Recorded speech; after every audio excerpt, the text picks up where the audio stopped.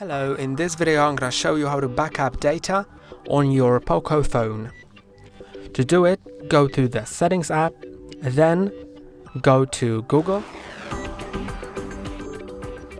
Now go to Backup. So if you cannot see, you can go to All Services, then you should see the backup here. And now select which data to backup. You can backup photos and videos, and you can backup other device data, which are contacts, call history, device settings, apps and app data, and SMS and MMS messages. So I'm gonna enable both, then click on confirm.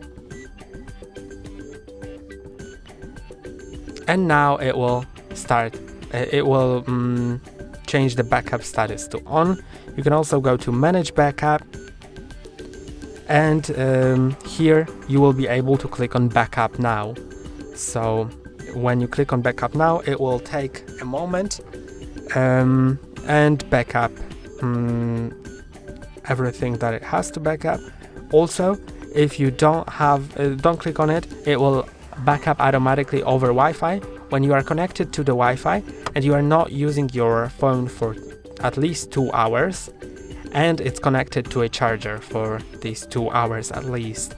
And that's all for today. Don't forget to like and subscribe. See you next time.